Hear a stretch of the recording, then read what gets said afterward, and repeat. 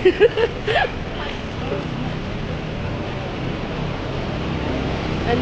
kami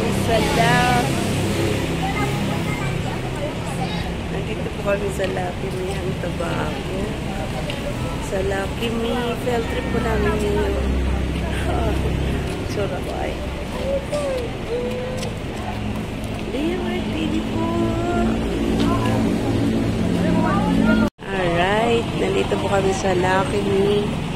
Tamang, pila pa lang pala na. Kaya na. Paikutin ko muna yung camera. Ay!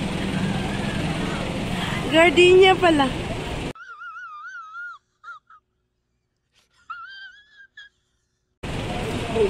Nandito kami sa Gardenia.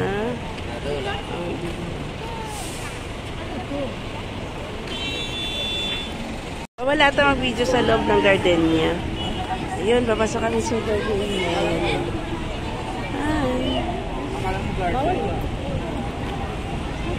Ay.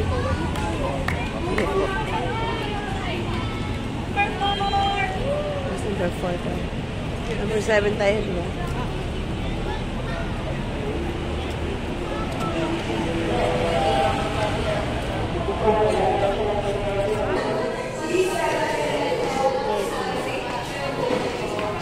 Online na.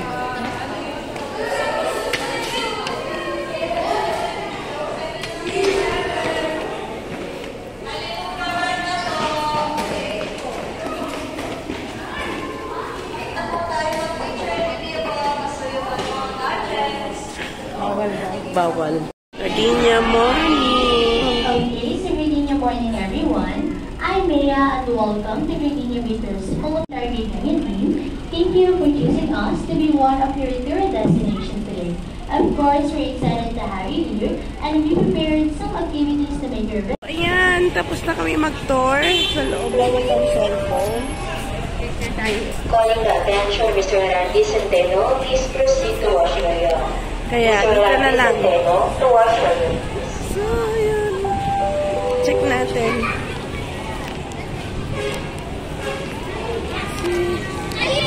Hello po. Bread! So, nandito kami sa bilihan ng bread. Ayan.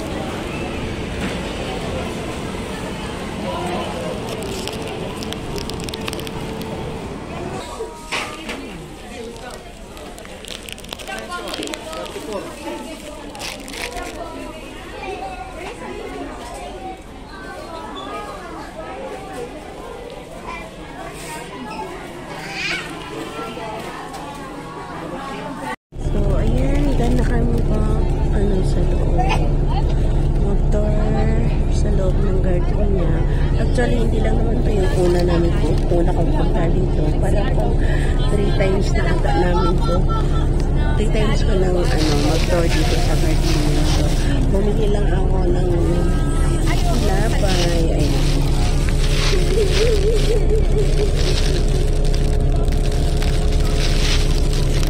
Dalawang cheese. So, ayan. May free naman kami nakuha sa loob. Tasty slice. So, alis na kami ulit. Papunta kami ng Lucky Me. Gardenia. And moving na po kami for Lucky Me chicken. Lucky Me. Production ng Lucky Me. Pangit naman yung mamaya-maya. Sira na yung kortina ng aming lip and smile kasi. Kaya lip. Ayun, ano kayong pangit dito?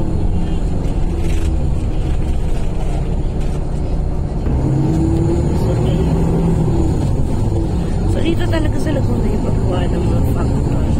Maraming mga factory dito. Nandito yung factory ng Yakom. Lucky Me. Basta ang daming Gardenia yung mga sardines. Pupunta din yung mga mesa sardines.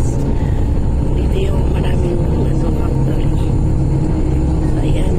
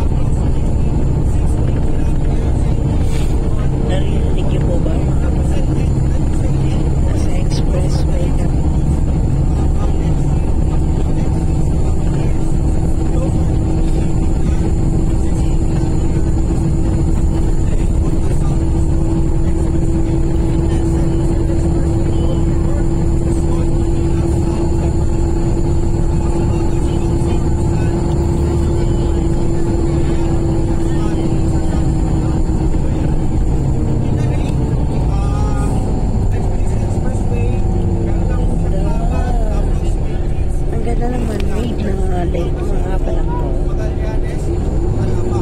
And then later, during the time of our new President Marcos, in-expand po siya mula sa Alaba. Ngayon, nagkakaroon sa Mga man-made. Oh. Man-made lang ata yan, Che.